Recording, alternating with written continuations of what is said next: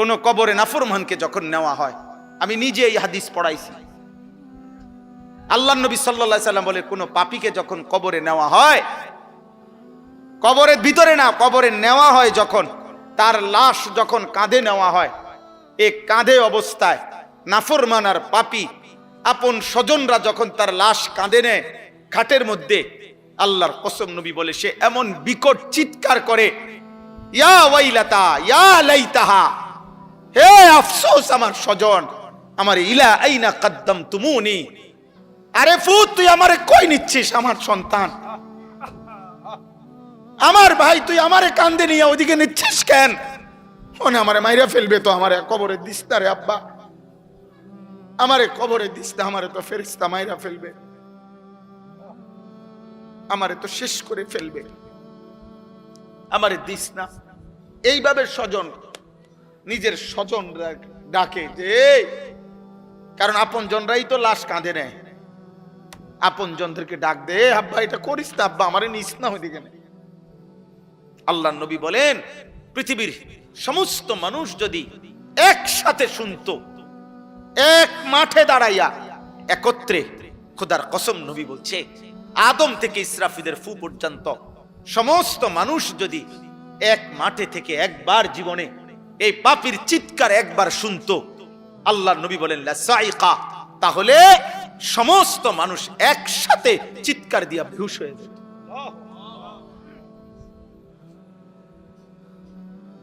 তোমরা মস্কারি মনে করছো, শেষ পর্যন্ত দিন শেষে মিলাইয়া দেখো অর্জন তো কিছুই নাই।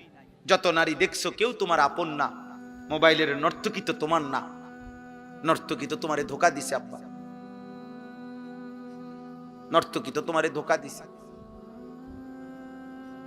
সিনেমার নর্তকী তো তোমার না, রাস্তার বেপর্দা মেয়েটা তো তোমার না, তোমার কিচ্ছু না, সে তো রূপ যৌবনের ফেরি করে। হ্যাঁ, অস্থির ছবি যারা দেখো বাবা, কি দেখছো, কাকে দেখো? তোমার ক্ষয় ছাড়া, তোমার ব্যয় ছাড়া আয় কি? মোবাইল গেল, এমবি গেল, চার্জ গেল, টাকা গেল, কোমরের ক্ষমতা গেল, হারাম বীর্যপাত হইল, লজ্জাস্থানের সক্ষমতা নষ্ট হইল, শেষ পর্যন্ত একদিন পঙ্গু, অচল ছাড়া, ধ্বজভঙ্গ ছাড়া আর কি? আমি খোলামেলা বললাম, কত শত যুবক, কয় শ, আমি চ্যালেঞ্জ করলাম, তুমি শুনবা, আমার কাছে আছে, আমার কাছে হোয়াটসঅ্যাপে জমা আছে, এমন শত শত বাংলাদেশের ছেলে, তাগরা জোয়ান ছেলে, পৃথিবী জানে এমন জোয়ান ছেলে সুন্দর, কিন্তু নারী দেখতে দেখতে, অশ্লীল ছবি দেখতে দেখতে যাদের পুরুষত্ব নাই, যৌবনের সক্ষমতা নাই, এই হাইওয়ান অশ্লীল আর উলঙ্গ ছবির পাল্লায় পড়ে ভিতরের জীবন শেষ। তার আখেরাত তো নাই, আখেরাত তো পরের খবর, এটা তো নাই কিছু, দুনিয়াও কিছু।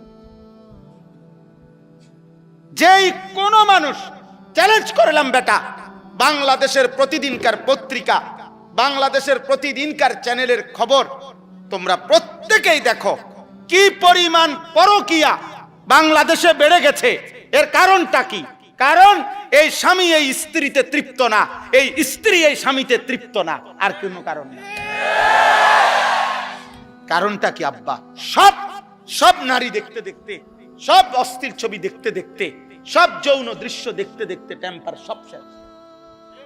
এই জন্য ওই মেয়েও, মহিলাও আরেক বেড়া খোঁজে, এই বেড়াও আরেক বেড়ি খোঁজে, কেউ কাউরি দিয়া তৃপ্তি হচ্ছে না। নাহলে এক এক দিনের বাংলাদেশের চারিদিকে দেখো, দেখো গিয়া খবর নাও, তোমরা খবর নাও, আর তোমার কাছে না থাকলে আমার জানাও, আমি জানার তোমার কাছে খবর পাঠাবো, আমি একসাথ করে দেবো তোমার, এক সপ্তাহের রিপোর্ট, এক মাসের রিপোর্ট। পস্তাইতে হবে, আফসোস করতে হবে। বয়স্ক বাবারা আপনাদেরকে বলছি, আপনারা যাদের ছেলে নামাজ পড়ে না, সারা দিন রাত মোবাইল টিভি দেখে, খোদার কসম আপনারা এর খেসারত দিয়া, এই লজ্জা এবং বেইজ্জতি হইয়া এরপরে আপনারা চলে যেতে হবে। কবরে যাবার আগেই দেখে যাবেন আপনার ফ্যামিলির মধ্যে আল্লাহ শূন্য, আখিরাত শূন্য, এই হতাশার দুর্ভাগ্য নিয়ে কপালে। তারপরে যাইতে হিম্মত থাকলে আজ ভেঙ্গে ফেলেন। 14 বছরের ছেলের মোবাইল ভাঙা ফেলেন, তার সাথে যুদ্ধ করেন। আমার ঘরে মুসলমানের বাচ্চা, তুই আমার সন্তান মুসলমানের বাচ্চা যদি ঘুমাইতে হয় ফজরের নামাজ পড়তে হবে, নয়তো তোর মতো নাফরমান গলা ধাক্কা দিয়া বাইর করে দেন বেটা। যা নাফরমান বেটা, বাইর হ তুই বেটা, তুই আলাদা যা বেটা, তুই আলাদা কামাই কর। তোর মতো বেঈমান আমি খাওয়াইতে হবে কেন? তুই তো আল্লাহর দুশমন।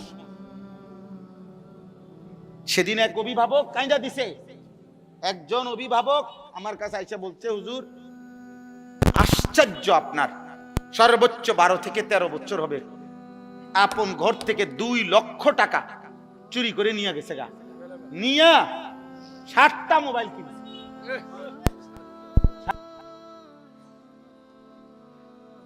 বলো আব্বা। এক ফার্নিচার দোকানদার, উনি বলছে হুজুর আমার 2.5 লক্ষ টাকা কষ্ট করে জমানো টাকা, আমি নতুন মাল উঠামু, আমার ফুতে আমার ক্যাশের টাকাগুলা নিয়া 3 দিনে অনলাইনে জুয়া খেললা। আমিও এখন কাঁদি, আমার ফুতেও কাঁদে। আমার জীবনের হুজুর আর কিছু নাই, পুঁজি নাই। আমি 2.5 লাখ টাকা, একটা গরিব মানুষের 2.5 লাখ টাকার পুঁজি কি ছোটখাটো বিষয়?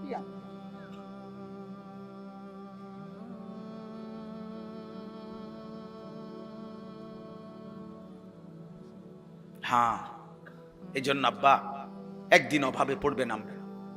বারবার অভাব মনে করাই দিছে, আল্লাহ আবার দয়া করছে, আবার দয়া করে, আবার দয়া করে, আবার ছাড় দেয়, আবার ছাড় দেয়, আবার ছাড় দেয়, আবার ছাড় দেয়। শুধু একটা মাত্র বিষয়, তেল একটু ঘাটতি, জনজীবনের কি অবস্থা, মানুষের উপার্জনের কি অবস্থা বলেন? কত মানুষের উপার্জন, আমি তো প্রায় বলছি যে কত ভাবছি। ঢাকা শহরে হাজার হাজার ছেলে এখন ইদানিং কালে যারা মোটরসাইকেল দিয়া উপার্জন করে প্রতিদিন, মানে মোটরসাইকেল দিয়ে তাদের কামাই, হ্যাঁ ওভার পাঠাও এগুলা দিয়া, তাইলে এই ছেলেগুলোর ফ্যামিলি চলে, বউ বাচ্চা চলে। অনেকে আশা ভরসা করে শহরে বাসা লইছে, ছোট্ট বউ বাচ্চা নিয়ে চলতেছে, এই ছোট ইনকামটা দিয়া মার মুখে হাসি ফুটে। তাহলে এরা যদি 15 দিন তেল না পায়, তার ফ্যামিলি চলবে কিভাবে? আর আমাদের ছেলে পেলেদের চেহারা দেখলে বোঝা যায় অসভ্য, এমন অসভ্য যে পৃথিবীতে দুর্ভিক্ষ আসুক, মহামারী আসুক, আমার উপরে যদি আসমানও ভাঙ্গা পড়ে হুজুর, আমি আমার নারী নর্তকী মোবাইল ছবি দেখা থেকে 1 সুতা নড়ব না। আল্লাহরে বলেন আপনারা হুজুররা যদি বলিয়া আল্লাহরে আমগো মাথার উপরেও যদি আযাব দেয়, আমি আল্লাহরে সেজদা দেব না, দেবই না। আপনি আরো কইলো দিতাম, আমি নামাজ পড়তাম না। সাফ কথা। এই হলো তোমাদের অধিকাংশ ছেলে কলিজার ভিতরে, তোমরা এমন শক্ত অবস্থান নিয়ে নিচ্ছ, মানে আল্লাহর সাথে, যে আল্লাহকে চ্যালেঞ্জ ঘোষণা করে দিলা আর কি, যে আপনারে দেখায় দেব, সেজদা আপনাকে দেব না। আপনি কি করতে পারেন?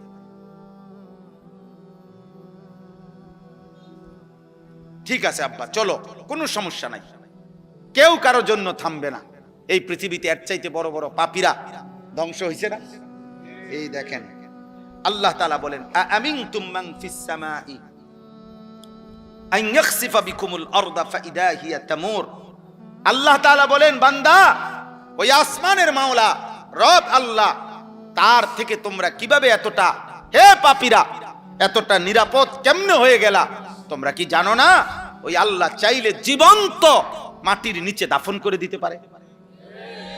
এই যে তখন তো তোমাদের মতো নাফরমানকে মাটির নিচে নিয়া মাটি কাঁপতে থাকবে। এই পৃথিবীতে কোন পাপীকে আল্লাহ তাআলা মাটির নিচে দাফন করছেন? জীবন্ত করছেন না? হ্যাঁ, 2 জন, একটা ব্যক্তিকে, একটি জাতিকে। কারুনকে আল্লাহ তাআলা জীবন্ত মাটির নিচে দাফন করে দিয়েছে। 2 নাম্বার হলো কওমে লূতকে, লূত আলাইহিস সালামের জাতি ঘুমন্ত ছিল, নাফরমান জাতিকে আল্লাহ তাআলা জীবন্ত জমিনের নিচের মাটি উপরে উঠাইয়া উপরের মাটি নিচে দিয়া সমান করে দিয়েছে। আম আমিনতুম মান ফিস সামাই আন ইউরসিলা আলাইকুম হাসিবা। এবার আল্লাহ তৃতীয় আয়াতে বলে, আমার বান্দারা, হে নাফরমান পাপী, হে মদখোর, নেশাখোর, গাঁজাখোর, সুদখোর, কিস্তিখোর, হারামখোর, বেহায়া, বেপর্দা নারী, সেজদা নাই, নামাজ নাই, হায় নাফরমান, ওই আসমানের আল্লাহ থেকে কেমনে নিরাপদ হয়ে গেলা? যিনি চাইলে, তুমি কি জানো না যে আসমান থেকে, উপর থেকে যিনি পাথরের বৃষ্টি বর্ষণ করে ধ্বংস করে দিতে পারে? তুমি কি জানো না সেটা? এরকম কাউকে করছে? কেউ কে করে নাই? আব্রাহার পুরা বাহিনীকে আল্লাহ তাআলা পাথর দিয়ে ধ্বংস করে নাই? ওই পাখি কি ফেলাইছে? ওয়া আরসালা আলাইহিম তায়রান আবাবিল তারমিহিম বিহিজারাতিম মিন সিজ্জিল। কোনদিন যদি আল্লাহর কোরআন তরজমা পড়তা তাই না বুঝতা আব্বা। আল্লাহ তাআলা তো বলছে প্রত্যেকটা সৈন্যর আল্লাহর ঘর ভাঙতে আসছে বেঈমান হাতির বাহিনী নিয়ে। পাখিগুলো আল্লাহর কুদরতে প্রত্যেকে পাথর ফেলছে, ছোট্ট ছোট্ট পাথরের কণা। আল্লাহ তাআলা বলেন, কোন গরু ঘাস খড়কুটা খাইয়া চাবাইতে চাবাইতে চাবাইতে চাবাইতে চাবাইতে যখন আর ভুসি বানাইয়া ফালাইয়া দেয়, ভুসি বানাইয়া একবারে জুরা জারা বানাইয়া, আল্লাহ বলেন এই বেঈমানগুলো এই ছোট্ট পাথরের আঘাতে মাথার চুল মাথার উপর থেকে এরকম ধ্বংস হইতে হইতে একদম ভুসির মতো, ভুসি গরুর খাওয়াইন না, ভুসির মতো হয়ে গেছে। ফাজআলাহুম কাআসফিম মাকুল, ভুসির মতো। আর হলো ওই কওমে লূত, এই যাদেরকে আল্লাহ প্রথমত মাটি উল্টাইয়া দিছে, দ্বিতীয়ত তাদের উপরে পাথরের বৃষ্টি বর্ষণ করে ধ্বংস করে দিছে। আল্লাহ তাআলা বলেন, ফাসাতা'লামুনা কাইফা নাযীর, তখনই তোমরা জানতে পারবে যদি আমি আযাব দিয়ে থাকি, তখনই বুঝবা তোমরা আমি আল্লাহ তাআলার ভয় প্রদর্শনটা কেমন ছিল। আমি তো শুধরাইতে চাইছিলাম, আমি তো ভয় প্রদর্শন করেছিলাম বান্দা, কিন্তু তুমি পাত্তা দাও নাই। আর যদি সত্যি সত্যি আযাব আর মুসিবত এসেই পড়ে, সেদিন তুমি টের পাবা আমি আল্লাহ তাআলার পক্ষ থেকে ভয় প্রদর্শনের কথাটা শোনা কতটা গুরুত্বপূর্ণ ছিল। সর্বশেষ কথা হলো, ওয়ালাকাদ কাযযাবাল্লাযীনা মিন ক্বাবলিহিম ফাকাইফা কানা নাকির। আল্লাহ তাআলা বলেন, হে পৃথিবীবাসী, তোমরা যে যেখানে পাপ করছো, আমি কিংবা আপনি, যুবক ভাই তোমরা কিংবা বয়স্করা, পর্দার আড়ালের মা কিংবা বোন, আল্লাহ আমাদের সবাইকে বলছে, তোমরা যে যেখানে পাপ গুনাহ করছো, নাফরমানি করছো, তোমাদের কাছে আমি আল্লাহ বলতে চাচ্ছি বান্দা, ইতিপূর্বে যারা আমি আল্লাহ তাআলার একটা একটা কথাকে মিথ্যা মনে করেছে, আমার নাফরমানি করেছে, তোমরা প্রত্যেকে ইতিহাসের পাতা থেকে খবর নাও তাদের পরিণতি কি হয়েছে।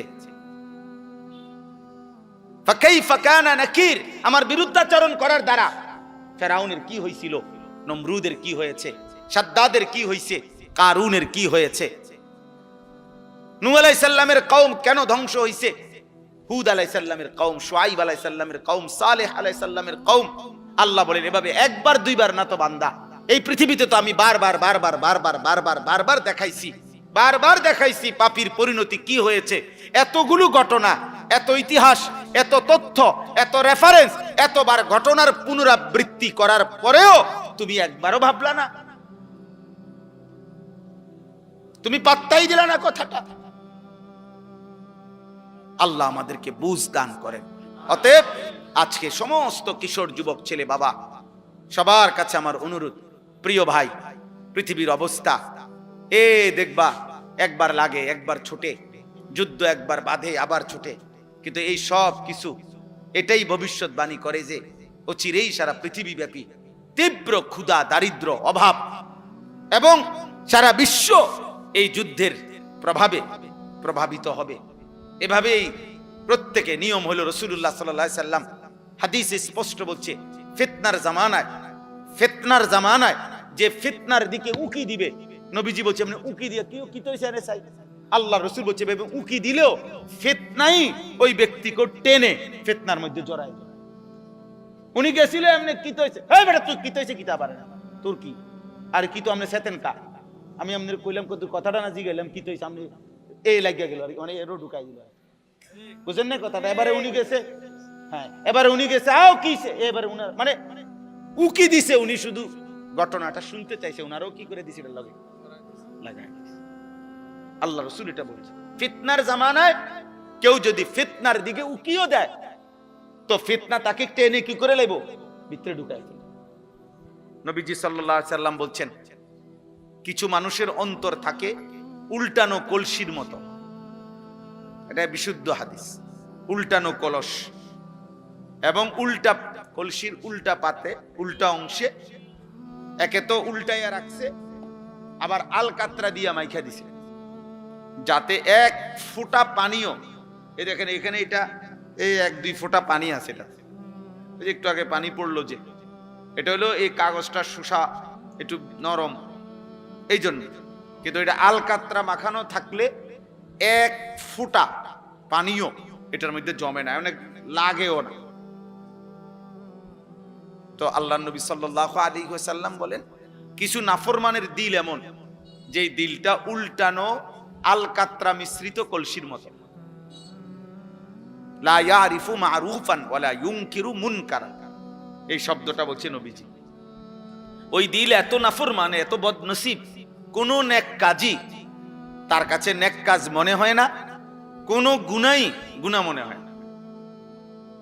কি বলে কি কয় তার কোনো হিসাব নেই, কোনটা আদেশ কোনটা নিষেধ, এই যে একটা পার্থক্য আলাদা বুঝা, যে এটা আমার জন্য আল্লাহর হুকুম, এটা আমার জন্য আল্লাহ তাআলার নিষেধ, এই বুঝটুকু আর বুঝে না, বুঝে না। সে চলতেছে, খাইতেছে, ঘুমাইতেছে, পেশাব পায়খানা করতেছে, লজ্জাস্থানের চাহিদা পূরণ হইতেছে, এবার এটা হালাল ভাবে না হারাম ভাবে, বৈধ না অবৈধ, এই পার্থক্যের কোনো দরকার নেই। যেমনে আসুক, টাকা হইলে হইছে, কষ্ট করছি, পরিশ্রম করা টাকা, ঠিক আছে, এটাও নিল, সুদের টাকা এটাও নিল, কিস্তির টাকা এটাও নিল, মিছা কথা কইও কদ্দুর নিছে, ওজনে কম দিয়েও কতটুকু নিছে, সব মিলাইয়া 10 লাখ, সব মিলাইয়া 1 লাখ, সব মিলাইয়া ভালো মন্দ পেশাব পায়খানা মিল্লা, পাক নাফাক হালাল হারাম মিলে 10,000 টাকা। এই যে এই মানুষগুলো, এরা বদনসিব, দুর্ভাগা, যার কাছে সব একরকম, মাকেও দেখে, বোনকেও দেখে, স্ত্রীকেও দেখে, এদেরকে দেখা হালাল, আবার মোবাইলে টেলিভিশনের নর্তকীও দেখে, অশ্লীল ছবিও দেখে, উলঙ্গ নারীও দেখে, বেহায়া নারীও দেখে, এই দুইটাই তার কাছে বরাবর। হালাল হারামের আলাদা কোনো পার্থক্য নাই, যখন যেটা সামনে পাইছে এটাই দেখছে, যাই পাইলাম তাই নিলাম, যাই পাইলাম তাই খাইলাম, যাই পাইলাম তাই ভোগ করলাম। দুনিয়া মানে ভোগ করছি, জীবন মানে উপভোগ, জীবন মানে আব্দুস শাহওয়াত, লজ্জাস্থানের গোলাম। কিছু নাফরমান আছে যার জীবনটা হলো সে মূলত আসলে লজ্জাস্থানের গোলাম, অর্থাৎ তার লজ্জাস্থানের যত চাহিদা এটা পূরণের জন্যই তার জিন্দেগির সারাদিনের আয়োজন। এই মোবাইল টিপতেছে, নারী দেখতেছে, ছবি দেখতেছে, নাটক দেখতেছে, বেপর্দা নারী দেখতেছে, বন্ধুদেরকে নিয়ে নোংরা নারীকে কেন্দ্র করে অসৎ কথাবার্তা বলতেছে, সবকিছুর মাকসাদ কি? ওই লজ্জাস্থানের চাহিদা। এই আব্দুস শাহওয়াত, এ মূলত লজ্জাস্থানের গোলাম, এ নিকৃষ্ট গোলাম। এই জন্য এটা বললাম আর কি, দিল এমন বানাইতে নাই, এমন দুর্ভাগা হইতে নাই।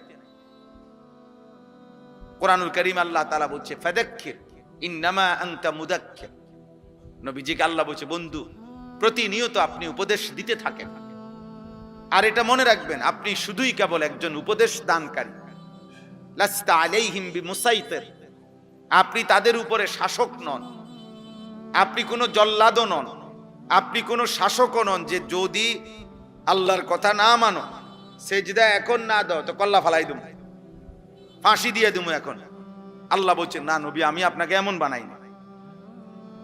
আপনাকে কি বানাই নাই? এমন বানাই না। আপনি শুধুই কেবল দিন রাত মেহনতের সাথে, আন্তরিকতার সাথে উপদেশ দান করেন। কেউ না মানুক, আপনার সমস্যা নাই, এটা নিয়ে আপনি ঘাবড়াবেন না, আপনি ঘাবড়াবেন না। কেউ না মানুক, একজনও না শুনুক, কোনো সমস্যা নাই। আপনাকে এটা দেখতে বলি না, আমি বলছি আপনাকে বলতেন, আপনাকে বলছি উপদেশ দিতেন। কে কি হবে না হবে, কদ্দুর কি পরিবর্তন হবে সেটা আমি দেখব। ইন আলাইকা ইল্লাল বালাগ, কোরআন শরীফের আয়াত। আল্লাহ বলছে নবী আপনার দায়িত্ব আর কিছুই নয়, শুধুই শতভাগ আমানতদারির সাথে পৌঁছানো। আপনি পুরা হক আদায় করে পূর্ণ পৌঁছাইবার ক্ষেত্রে খামখেয়ালি করবেন না, লুকোচুরি করবেন না। ঠিক যা বলছি তা পুরা বলে। ইয়া আইয়ুহার রাসূল বাল্লিগ মা উনজিলা ইলাইকা মির রাব্বিক, হে আমার রাসূল আপনার রবের পক্ষ থেকে যা কিছু নাজিল হয়েছে তা পূর্ণ, মা উনজিলা, যা কিছু নাজিল হয়েছে সব আপনি পৌঁছায় দেন। আল্লাহ তাআলা বলছেন বন্ধু বিষয়টা আমি দেখব, ইমানদার হবে কে হবে না কে। কাউকে আপনি 30 বছর বললেও ইমান আনবে না, কাউরে একবার বললেও ইমান আনবে, এটা আমার ফয়সালা। আবু তালেব নবীজি সাল্লাল্লাহু আলাইহি সাল্লামের খেদমত করছে, আবু তালেব নবীজির চাচা, 38 বছর, 38 বছর একটা, কিন্তু ইমান জোটে নাই, মালিকের ফয়সালা ছিল। আবু বকর সিদ্দিক রাদিয়াল্লাহু তাআলা আনহুকে শুধু একবার নবীজি বলছে, প্রথমবার বলাতেই উনি কালেমা পড়ে মুসলমান হয়েছে, দ্বিতীয়বার বলে নাই, আর একবারই বলছে, একবারই সই, একবারই তিনি ঈমানদার হয়েছে। তাহলে ফয়সালা আসলে কার? কেউ 38 বছর খেদমত করলো নবীজির, আল্লাহ ঈমান দিল না, আর ওই আরেকজন তরবারি নিয়ে যাইতেছে হত্যা করবে নবীকে, আল্লাহ বলছে আমি হেরে ঈমান দিলাম। আরে কি কর, ওমরকে কেন ঈমান দিলেন? ওমর কি তখন যাচ্ছিলেন নবী সাল্লাল্লাহু আলাইহি সাল্লামকে হত্যা করার জন্য না? তো আল্লাহর ইচ্ছা হইছে, তাহলে এই অবস্থায় বুঝি ঈমান দেয়। আর ওই বেটা এত খেদমত করে ঈমান পাইল না, বিষয়টা কি? সব আল্লাহর ফয়সালা। এজন্য আমরা ঘাবড়াই না, যখন যেটুক সুযোগ পাই বলতে চেষ্টা করি। বলার উদ্দেশ্য এটাই, এ জনপ্রিয়তা দিয়েই বা কি করবো, জনপ্রিয়তা না থাকলেই বা কি সমস্যা। আমি আজকে আলহামদুলিল্লাহ মনে করেন আল্লাহর দয়ায় 22 বছর হয় ওয়াজের বয়ান করি, আল্লাহর রহম। তো আমি তো 22 বছর ধরে এই এত পরিচিতি ছিল না, বুঝেন নাই কথাটা? আজ থেকে 20 বছর আগে যারা ওয়াজ শুনছে তারা তো আমার নামও জানে না, তা আমি তো এই সময় ওয়াজ করছি। তো আমি তো ওই সময় ভাত তরকারি খাইছি, 3 বেলায় খানা খাইতাম। আগেও আমি 3 বেলায় ভাত খাইতাম, সকালে নাস্তা করতাম, দুপুরে ভাত খাইতাম, রাত্রেও ভাত খাই, এখন এইভাবে খাই, বুঝছে? আগেও খাটে ঘুমাইতাম, তাইলে কিচ্ছু আসে যায় না। এজন্য দোস্ত এটা জরুরি যে আল্লাহর কথা মনোযোগ দিয়ে শোনা, আখিরাতের কথা মনে পড়া, কবরের কথা মনে পড়া, জাহান্নামের কথা মনে পড়া। আহা, এই দিল যদি মনে পড়ে, আল্লাহ তাআলা বলছেন এই সূরার মধ্যে, কুল হুয়াল্লাযী আনশাআকুম, সূরা মুলক যে সূরা আমি পড়ছি, আল্লাহ তাআলা বলেন হে নবী বলেন আল্লাহই তোমাদেরকে সৃষ্টি করেছেন। ওয়া জাআলা লাকুমুস সামআ ওয়াল আবসারা ওয়াল আফইদা, তোমাদের কান, তোমাদের চোখ এবং তোমাদের দিল আল্লাহই দিয়েছেন, আল্লাহই দিয়েছেন। জীবনের সবচেয়ে বেশি অর্জন হয় তোমাদের এই 3 জিনিস দ্বারা। অসংখ্য জিনিস তোমরা শিখতে পারো, জানতে পারো, বুঝতে পারো কান দিয়ে শুনে, কোটি কোটি জিনিস, অগণিত জিনিস তোমরা এই চোখ দিয়ে দেখে বুঝতে পারছো। আর এই অন্তরে তোমাদের হাজার হাজার কোটি কোটি ভাবনা, পরিকল্পনা, প্ল্যান তোমাদের এই অন্তরের মধ্যে আছে। এটা দিয়ে তোমরা প্রস্তুতি নিচ্ছ, বুদ্ধি খাটাইতেছ, প্ল্যান প্রোগ্রাম করতেছ, সব দিলে দিলে ধীরে ধীরে আমাদের জবানের চাইতে বেশি কথা আমাদের দিলে আছে, ঠিক না? আমরা বলি না যে বেটা সব বলতে পারি নাই, অনেক কথাই বুকে জমা আছে, অনেক কথাই, অনেক ঝড় তুফান। ওই কোটা আন্দোলনের সময়, বৈষম্য আন্দোলনের সময়, আমাদের এই যে 24-এর আন্দোলনের সময় একটা স্লোগান ছিল এরকম, বুকের ভিতর অনেক ঝড়, বুক পেতেছি গুলি কর। তার মানে আমাদের অনেক ব্যথা আছে কলিজায়। ওই ছেলেরা এটা বুঝাইতে চায় আমরা দীর্ঘদিন যাবৎ বৈষম্যের শিকার, জুলুমের শিকার। আর এই মজলুমরা সব একত্র হওয়াতে জালেম ভাগতে হয়েছে। হ্যাঁ, বাস্তব, এটাই সহজ হিসাব। অনেক মজলুম একসাথে হয়ে গেছে, ফলে জালেম চলে যেতে হয়েছে। এটাই বাস্তব। এই প্রতিবারই ইতিহাস এভাবে ঘুরে ঘুরে আসে। যখনই জালেম সীমা লঙ্ঘন করে, মজলুমের আহাজারিতে জালেম ধ্বংস হয়েছে।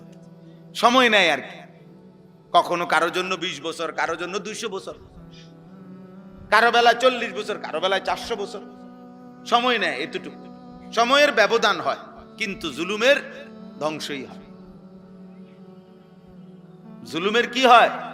পাপী লজ্জিতই হয়, নাফরমান ঘৃণিতই হয়, সময়ে ব্যবধান হয়।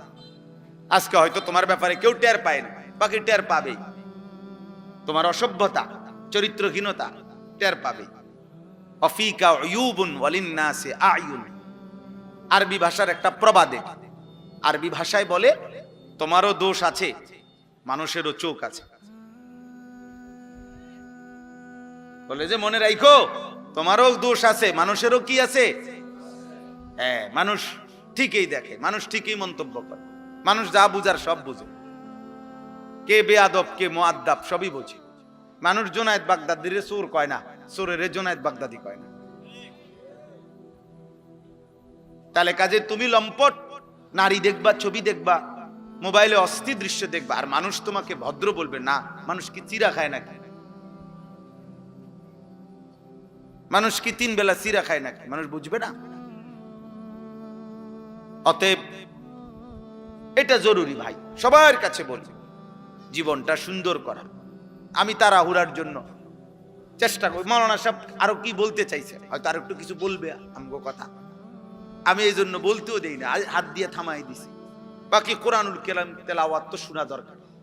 এই জন্য আবার কোরআন তেলাওয়াতের সময় উনি মাইক দিতে চাইছে, ওনারা আবার দমক দিছে যে ভাই তো কোরআনুল কারীম তেলাওয়াত এ তো অনেক দাম, উনি যদি 1 ঘন্টাও তেলাওয়াত করে ওইটার দাম বেশি।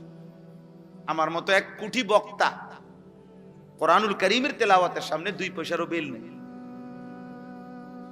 কথা বুঝেন নাই? এজন্য ওইটা থামানোর কোনো সুযোগ নাই। তো আল্লাহর কোরআন, কোরআনুল কারীম তো সবচেয়ে শ্রেষ্ঠ।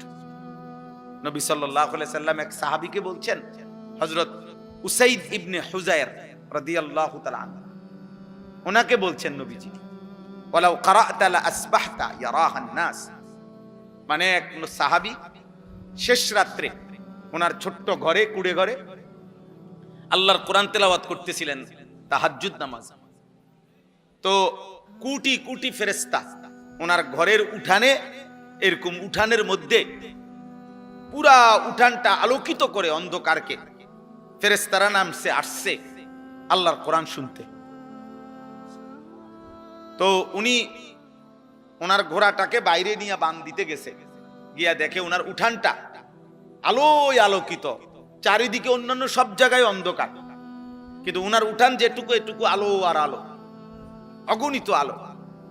সকালবেলা তিনি নবীজির কাছে বলছি, ইয়া রাসূলুল্লাহ, গভীর রাতে আমি আল্লাহর কোরআন পড়তেছিলাম, তো এরই মধ্যে আমার ঘোড়াটা নড়াচড়া করছিল, আমি এই জন্য ঘোড়াটা তেলাওয়াত বন্ধ করে বাইরে ঘোড়াটা বান দিয়ে আসতে গেছি।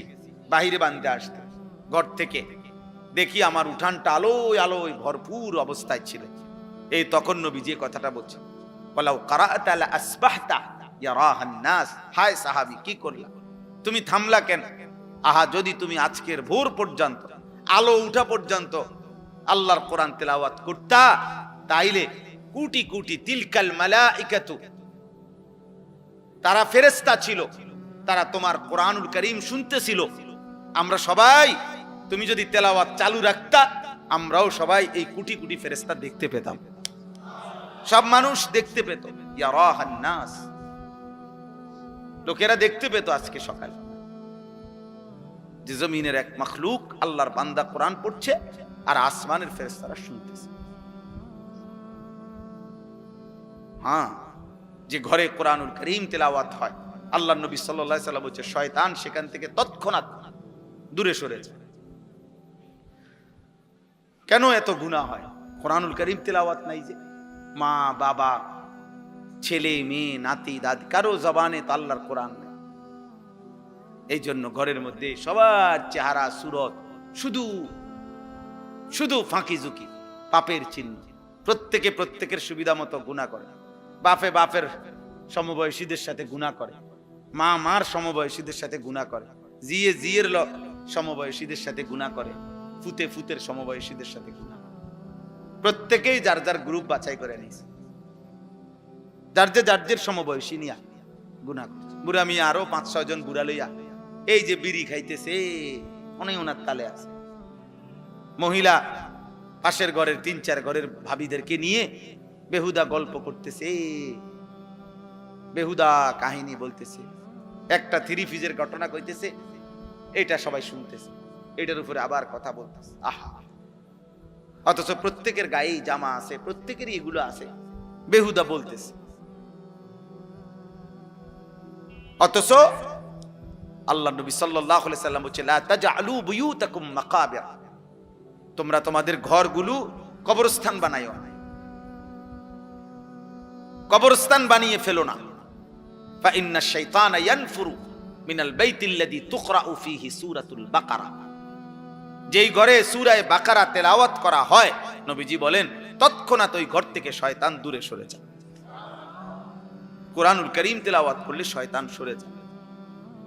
আব্বা, তোমাদের অনেক ছেলে আছো মাশাআল্লাহ, সবার কাছে বলি, যতক্ষণ পর্যন্ত আল্লাহ না চিনবা, রাসূল না চিনবা, আল্লাহর কোরআন ধরতে না পারবা, ততক্ষণ জিন্দেগি সুন্দর হবে না,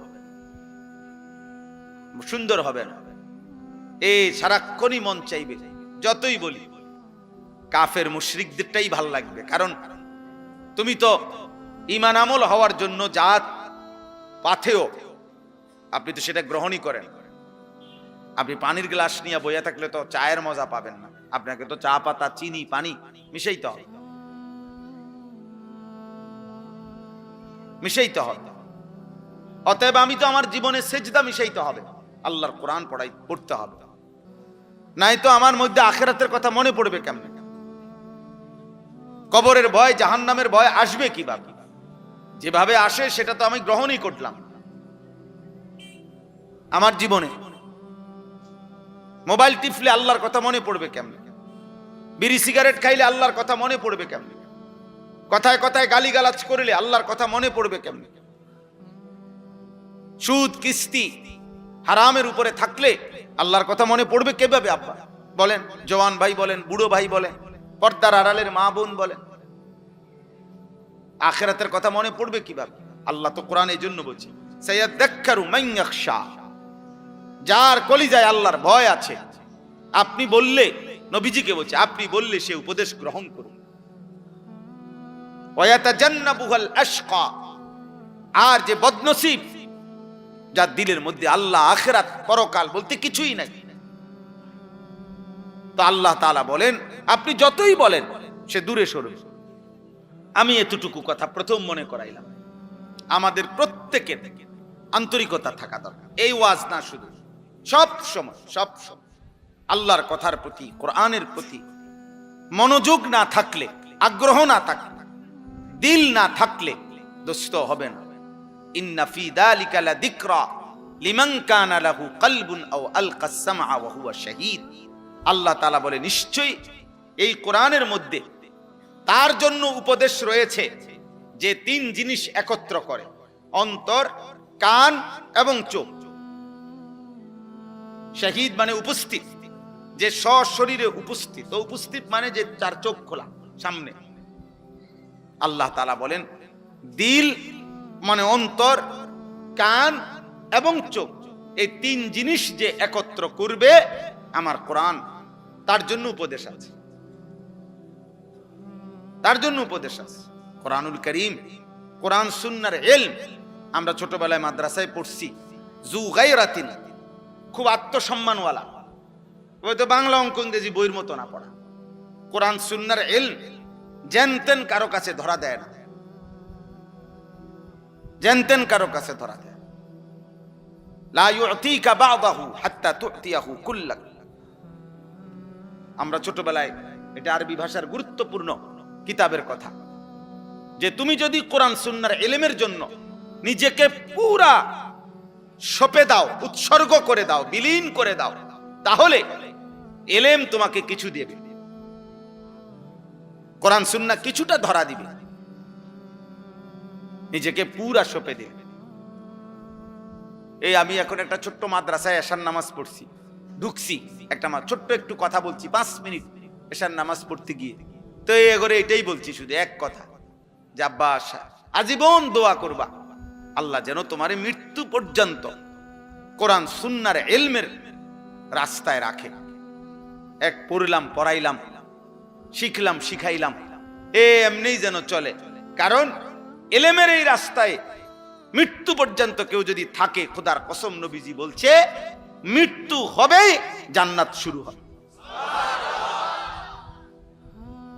যে পথ ইলমের, কোরআন সুন্নাহর, ওই পথ জান্নাতের। ভিন্ন রাস্তা বদলাইতে হবে, এক রাস্তা, এক রাস্তা। আমি এই জন্য অনেক সময় বললাম যে মাদ্রাসা ভিত্তি দিয়েই জান্নাতের রাস্তা, জান্নাতের রাস্তা কোরআন দিয়া, মাদ্রাসার ভিতরে দিয়া, বাজারের ভিতরে দিয়া না, চা দোকানের ভিতরে দিয়া না, কোরআন সুন্নাহর যেখানে চর্চা হয় ওর ভিতরে দিয়েই কি জান্নাতের রাস্তা। এই পথেই জান্নাত, যে পথে আল্লাহ, যে পথে রাসূল, যে পথে সুন্নাহ, যে পথে কোরআন, এই পথেই জান্নাত। এজন্য দোস্ত, সহজ কথা আমরা সবাই বলি, স্পষ্ট মনে রাখবে, আমরা যারা মাদ্রাসায় পড়ছি আমাদের তো গন্তব্য আখিরাত। এই জন্য আমরা এখানের হিসাব কিতাব মিলাই না। দুনিয়া আমাগরে মূল্যায়ন করে না করে নাই, আমাদের সামাজিক মর্যাদা আছে না নাই, আমাদেরকে জেনারেল শিক্ষিতরা সম্মান করে না করে না, আমাদেরকে সরকার মূল্যায়ন করছে না করে নাই, আন্তর্জাতিক বিশ্ব আমাদেরকে মূল্যায়ন করে না না করে, কিচ্ছু না। আমি তো আমার অর্জন জ্ঞান আমি এই জন্য নেই নাই তো আব্বা, আমি নিছি আখিরাতের জন্য। তো আমি এনে থাইমা গেলে তো হবে না। এজন্য হাদিসের মধ্যে আছে নবীজি সাল্লাল্লাহু আলাইহি সাল্লাম দোয়া করতেন, আল্লাহুম্মা লা তাজআলিদ দুনিয়া আকবারা হাম্মিনা, আল্লাহ আমারে এমন বানাইয়েন না যে দুনিয়াই আমার প্রধান একমাত্র পেরেশানি, আমার দুনিয়া নিয়া, এরকম আমার জীবন বানাইয়েন না। ওয়ালা মাবলাগা ইলমিনা, আল্লাহ আমার জ্ঞানের শিখার চূড়ান্ত প্রাপ্তি শুধু দুনিয়া এমন বানাইয়েন না। ওয়ালা গায়াতা রাগাবাতিনা, আল্লাহ আমার জীবনের স্বপ্ন, ইচ্ছা, আকাঙ্ক্ষা, পরিকল্পনা, আশা সবকিছুই শুধু দুনিয়া সাজানো, এরকম বানাইয়েন না। নবীজি দোয়া করলেন, আল্লাহ আমি যেন এখানে থেমে না যাই, আমি তো থামবো আখিরাতে, আমি তো থামবো আল্লাহর সামনে, আমি তো থামবো মিজানের সামনে, আমি তো থামবো ফুলসিরাতের সামনে, আমার চূড়ান্ত থামবো জান্নাতে। কোথায়? জান্নাত। এজন্য একজনই বুঝে, একজনকেই বললাম, আল্লাহ তাআলা আমাদেরকে বলছেন যে বান্দা গোটা পৃথিবী ঘোরো, তামাম জমিন ঘোরো, কোনো সমস্যা নাই, কিন্তু তোমাকে ফিরতে হবে আখিরাতে, আল্লাহর কাছে। এটা মনে রেখো, এই কথা ভুলে যেও না। এই কথা ভুললে আর জীবন থাকে না, এই কথা ভুললে আর মানুষ থাকে না, হাইওয়ান হয়, জানোয়ার হয়। যে গন্তব্য চেনে না সে জানোয়ার, জানোয়ারের কোনো গন্তব্য নেই।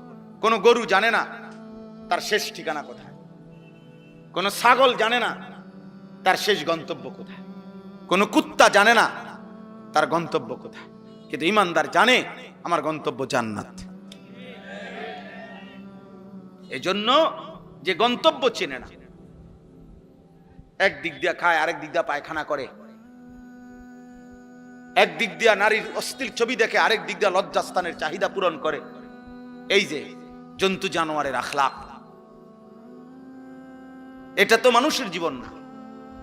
এজন্য আমাকে ফিরতে হবে আল্লাহর কাছে, এই কথাটাই আল্লাহ এখানে বলছেন। সূরা মুলক 29 নম্বর পারা, 67 নম্বর সূরা, অনেক ফজিলতপূর্ণ একটি সূরা কোরআনুল কারীমের। এই সূরার মধ্যে মোট 30টা আয়াত আছে। এখান থেকে মাঝখান দিয়া 15 নম্বর আয়াত থেকে আমি পড়ছি। আল্লাহ তাআলা বলেন, হুয়াল্লাযী জাআলা লাকুমুল আরদা যালুলান, বান্দা শোনো, আমি আল্লাহ এই গোটা পৃথিবীর সবটা জমিন মাটি আমি আল্লাহ তোমাদের অধীন ব্যবহারের উপযোগী আমি করে দিয়েছি।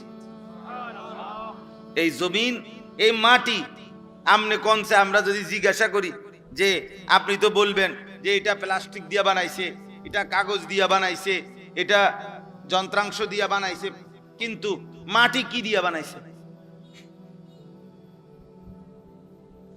তো মাটি সব বলে মাটি দিয়া হয়েছে, তো মাটি বানাইছে কি দিয়া?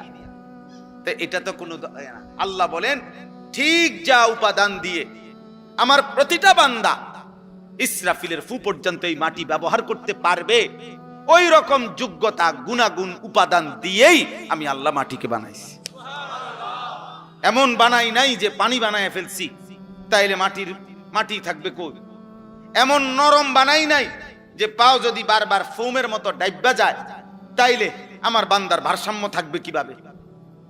আবার এমন শক্ত পাথরের মতো বানাই নাই তাহলে আমার বান্দার জন্য ফল ফসল খাদ্য জমিন থেকে উৎপন্ন হবে কিভাবে। আমার বান্দার ঘর দুয়ারের খুঁটি মাটির নিচে কিভাবে পুঁতবে, গাড়বে কিভাবে।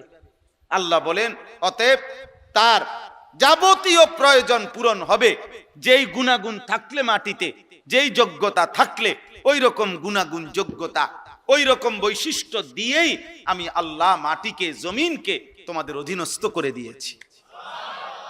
যালুলান ফামশু ফি মানাকিবিহা। আমার বান্দা, এই যে আমি কিন্তু শেষ করে ফেলুম এখনই ওয়াজ, কাজে যারা শুনতেছেন মনোযোগ দিয়ে শুনে।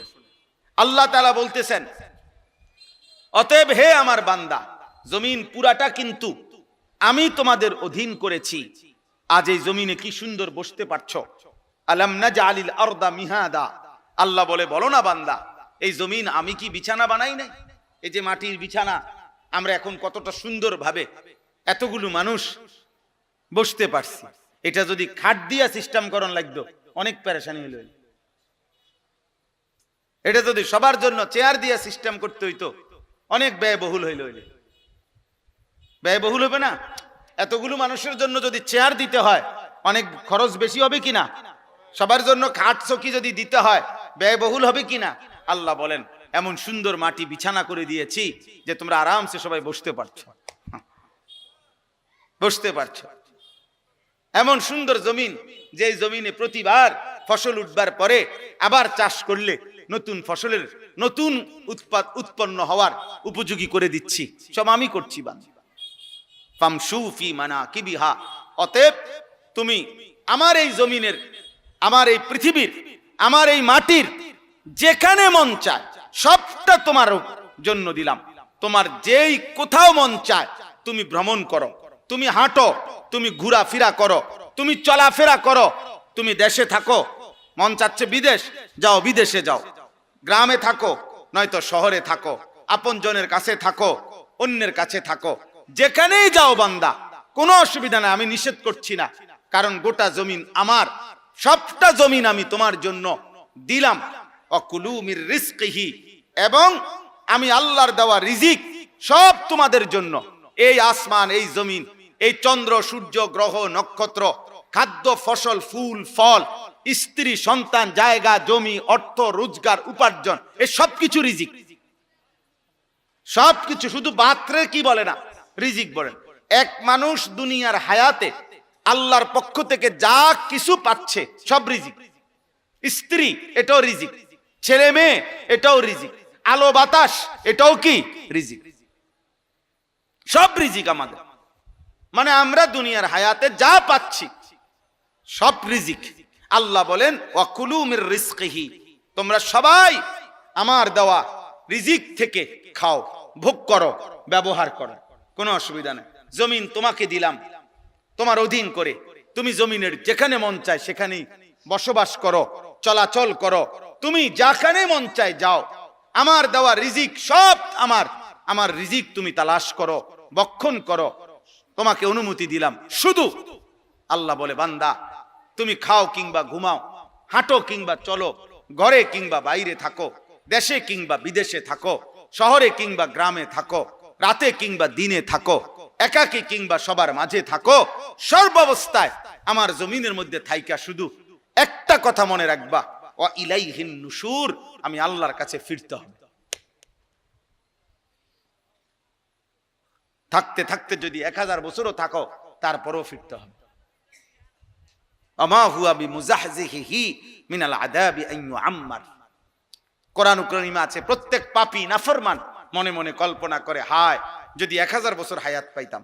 আল্লাহ বলে আচ্ছা ধরে নাও, দিলাম, ধরে নাও তোমাকে দিলাম আমি বান্দা 1000 বছর, কিন্তু তুমি শুধু বলো তো 1000 বছর পরে হলেও তোমাকে কবর, মৃত্যু এবং নাফরমানির শাস্তি আযাব সেটার থেকে তুমি তোমাকে মুক্ত করতে পারবা কিনা, সেটার থেকে তুমি তোমাকে ফেরাইতে পারবা কিনা? পারবে? বলে আপনি এটা বলতে পারবেন নি যে হুজুর আর 5টা বছর যদি হায়াত পাই তাহলে আল্লাহর রহমতে যেমনে গুছাইতে আসি, আশা করি 5টা বছর আর সুযোগ পাইলে আজরাইলের আব্বাও আমার কাছে আসতে পারবে না, এমন ব্যবস্থাপনা আছে কি কারো কাছে? তাইলে তাইলে আমেরিকা, ইসরায়েল বহুদিন আমেরিকা যুদ্ধ লাগে না মনে করছে অনেক কিছু আছে এক কাছে, অন্ধে যে কিচ্ছু নাই, বেল নাই। হ্যাঁ, এই বুড়া শয়তান, এই দাজ্জাল, এই ফেরাউন ট্রাম্প, এই বেঈমান কাপুরুষ প্রতিদিন দিনে যাই হুমকি ধমকি দেয়, রাতে সারা পৃথিবীর সাথে যোগাযোগ করে, কেমনে থামবে? বুঝেন নাই? এজন্য এটাই বাস্তবতা। আল্লাহ তাআলা বলে বান্দা ওয়া ইলাইহিন নুশুর, শুধু এই কথা মনে রেখো তোমাকে ফিরতে হবে। ওয়া ইলাইহি তুরজাউন, আল্লাহর কাছেই তোমাদেরকে ফিরতে হবে। ওয়া ইলাইহি তুহশারুন, আল্লাহর কাছেই তোমাদেরকে জমা হইতে হবে, জমা হইতে হবে। ওয়া ইলাইহিল মাসির, আল্লাহর কাছেই তোমাদের প্রত্যাবর্তন। এভাবে বহু আয়াত আছে কোরআন, বহু আয়াত। আমরা ঘুম থেকে জাগলে দোয়া পড়ি, আলহামদুলিল্লাহিল্লাযী আহইয়ানা বাদামা আমাতানা ওয়া ইলাইহিন নুশুর। অর্থ হইল আল্লাহ প্রত্যেকবার এই ঘুমাইলাম আমি তো মরেই গেছিলাম, কারণ মানুষের প্রত্যেক ঘুমের সময় আল্লাহ তাআলা তার রুহু দেহ থেকে আলাদা করে ফেলে। এটা কোরআন শরীফের আয়াত, সূরা জুমার 24 নম্বর পারায় আছে, প্রত্যেক বান্দা মৃত্যুর সময়, আরে ঘুমের সময় যতবার ঘুমায় ততবার তার রুহু তার দেহ থেকে, আব্বা তুমি বাবা উঠে যাও, আব্বা আব্বা এনতে উঠো উঠো, ওঠ বেটা ওঠ, যাও বেটা আনতে যাও, যাও দুজন যাও, তুমিও যাও, যাও এখান থেকে উঠো, বাইর হও বেটা। দেখেন দেখেন মুসলমানের সন্তান কয় বছর বয়স? 80 বছর। তাইলে 8 থেকে 10 বছর বয়সী যেই সন্তানের হাতে 2টা বড় মোবাইল দিছে যেই অভিভাবক, ওই 2 অভিভাবক এরা 100 জালেম। যদি মা হয় ওই মা জালেম, যদি বাবা হয় ওই বাপ জালেম জালেম জালেম। এই জালেম সন্তান নষ্ট করে দিল। কোন মাদ্রাসা কোন সন্তান নষ্ট করে নাই, কোন মক্তব কোন সন্তান নষ্ট করে নাই, কোন মসজিদের ইমাম কোন সন্তান নষ্ট করে নাই, কোন মাদ্রাসার ওস্তাদ কোনদিন নষ্ট করে নাই। গাফেল খামখেয়ালি অভিভাবক আজকে লক্ষ লক্ষ ছেলে। আমি এই এখন এদিক দিয়ে আমরা আসতেছিলাম, আমাদের সবুজ মাস্টার আতাউর রহমান সবুজ মাস্টার, যিনি আমারে দাওয়াত দিছে, উনি সহ গাড়িতে বসা, উনি সামনে বসা, পুরাটা রাস্তা বলতেছে, বারবার উনি বলতেছে হুজুর দেখেন, হুজুর দেখেন, প্রতিটা মোড়ে মোড়ে, প্রতি 5 হাত মোড়ে মোড়ে রাস্তার 2 পাশে ছেলেরা 7 জন 10 জন মোবাইল টিপতেছে। আহা, কোথায় মা, কোথায় বাবা, কোথায় অভিভাবক, কোথায় আল্লাহ, কোথায় রসুল? কে বানাইলেন, কোত্থেকে আসলো, কোথায় যাবে? ঘুমাবে কার ঘরে গিয়া? মা কোথায়, বাবা কোথায়? কেউ কি জিজ্ঞেস করবে না আব্বা ছিলা কোথায়? এশার নামাজ পড়ছো কোথায়? মাগরিবের নামাজ পড়েছো কোথায়? আহা বদ্ধ অনেক ছেলে তোমাদের, আমি সবসময় বলি রে আব্বা, অনেক ছেলে তোমাদের জীবনের একটা বড় দুর্ভাগ্য, একজন ভালো অভিভাবক পাও নাই, কেউ টেনে ধরে নাই। 365 দিনে খোদার 1 বছরে একদিনও ফজরের নামাজ পড়লা না, আহা বদনসিব। এমন একটা মা তোর কপালে জুটলো না যে তোকে উঠাইবে, এমন একটা বাপ জুটে নাই। 365 দিনে কেউ তোমারে আল্লাহ চিনাই দিবে, আখেরাত মনে করাই দিবে।